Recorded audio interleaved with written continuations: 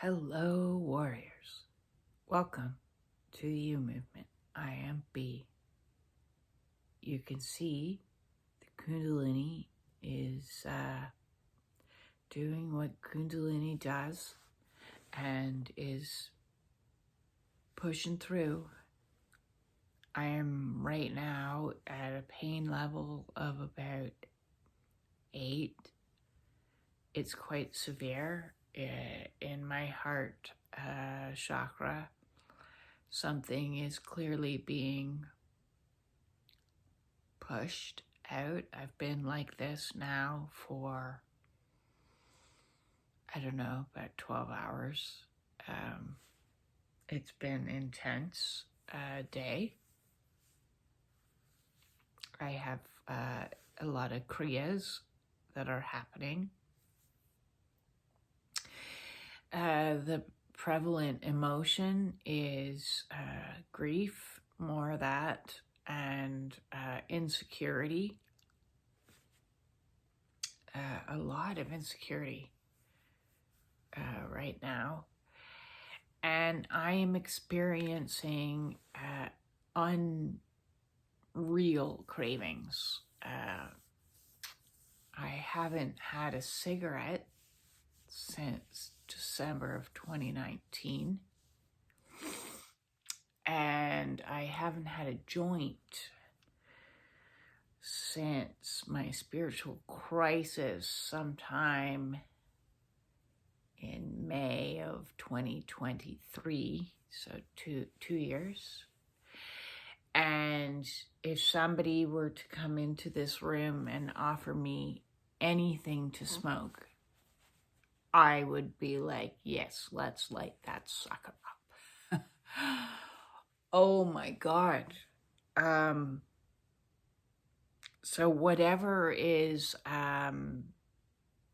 purging from the heart chakra definitely has a connection to the desire, and it ties all in. So we've got heart chakra pain, we've got the emotion that is the insecurity, and that's dealing with primarily with people. I'm feeling a sense of insecurity in that regard, and communication.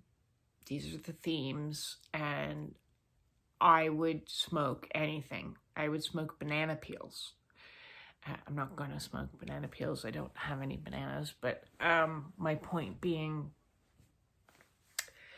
and I wanted to talk about this because addiction is something that for a long time we didn't really fully understand.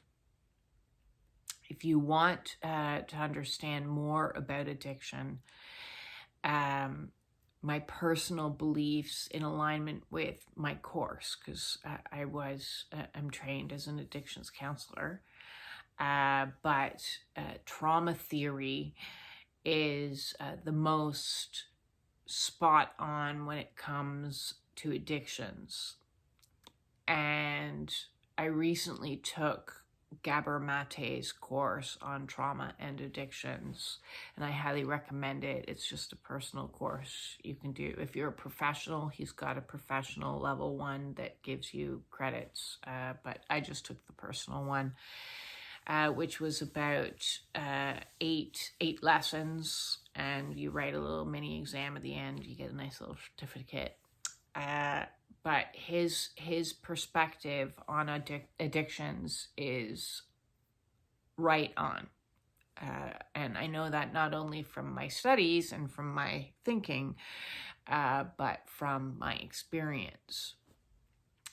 Addiction is trying to grab hold of something, anything, to make the suffering go away. It is a response to the feeling, and the feeling is a response to the trauma. So whatever is coming up now, and I'm thinking it's all interconnected with, I started smoking around age 14 or 15.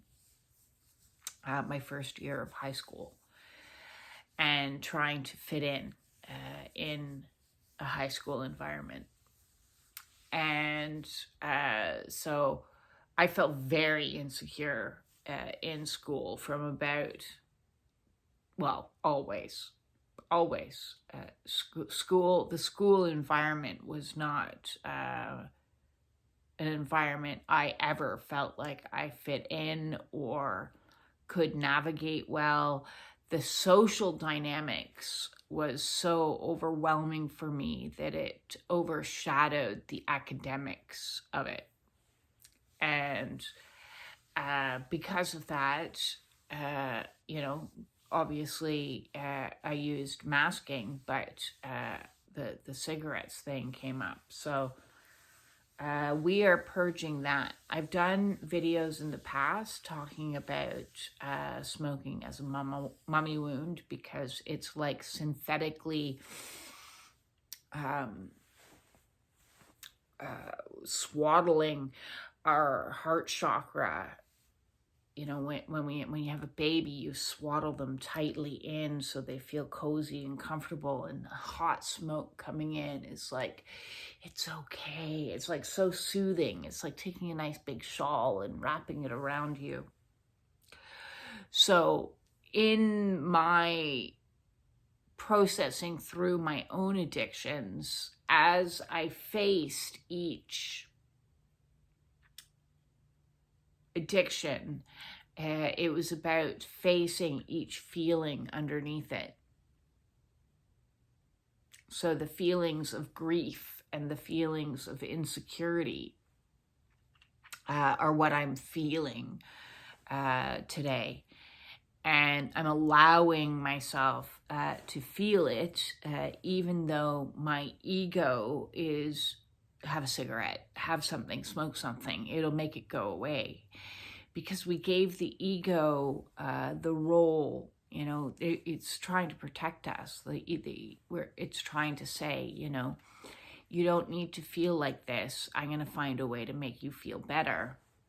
Even though it's not a healthy way, it's a maladaptive way, but it's the only way that one knew when you didn't have the skills of learning how to emote safely, that, I am in a safe environment. It's okay for me to not be okay right now. It's okay for me to feel these feelings that I'm feeling, these deep cuts.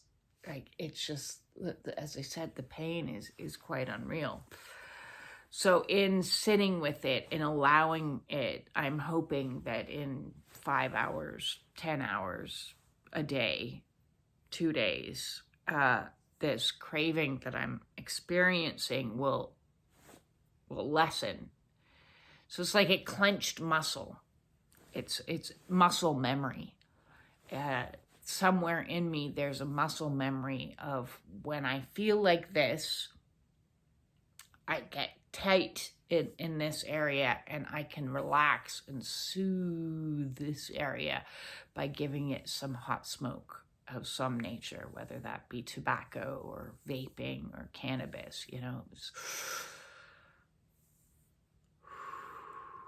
So I talked recently about like the stimming aspect. That's not what this is. It's not my hand. I'm used to stimming now, and I can stim. And even in stimming, I'm like holding on to some rose quartz as a means. I've been doing a lot of Reiki on my chest. So it isn't this that's being activated. It's this that's being activated.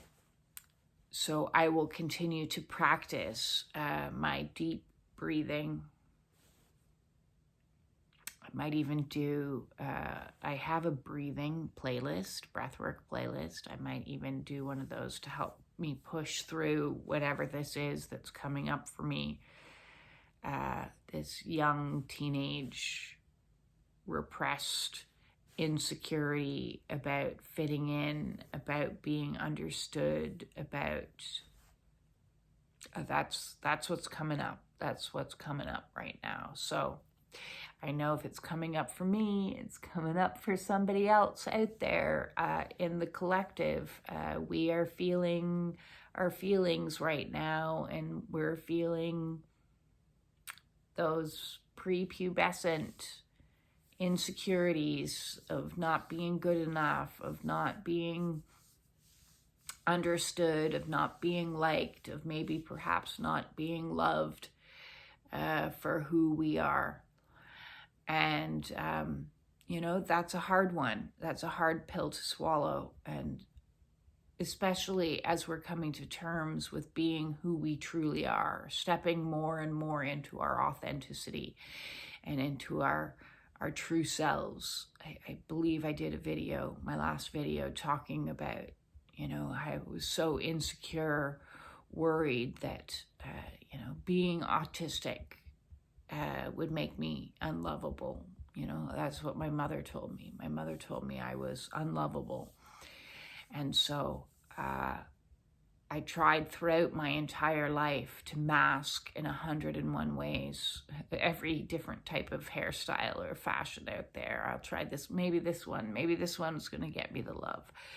And so as I've peeled away all of the masks, the makeup, the hair, the outfits, the stimming, like socially acceptable stimming, the addictions, the trauma bonds, the faulty senses of self, the mistruths, the labels, just constantly peeling. And now I'm left with this raw version of me that is, you know, natural,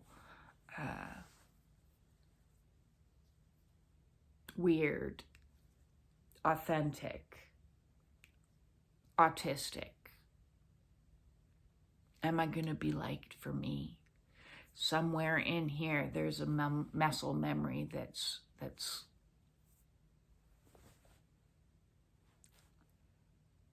I like me for me. I do. Even I can go as far as to say that I love me for me now. Even in my weird kriyas and my stimming and the way that I talk and the ums and the ahs that I say. I love me for me. And so because of that, I can be in this energy that I am in right now, and I can love the fuck out of myself. And I can soothe this muscle memory through this release, through this craving. So cravings are even a trigger, is what we're discovering right now. It's a trigger to help us release an earlier version of ourselves when we didn't feel that we would be loved for being ourselves, that we would be rejected, that we would be ridiculed, that we would be bullied. And we can say, it's okay, it's okay, it's okay. Everything's going to be okay. You're okay. You're okay. I love you.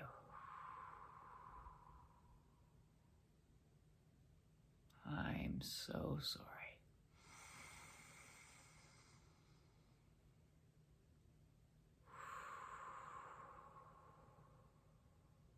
I forgive you.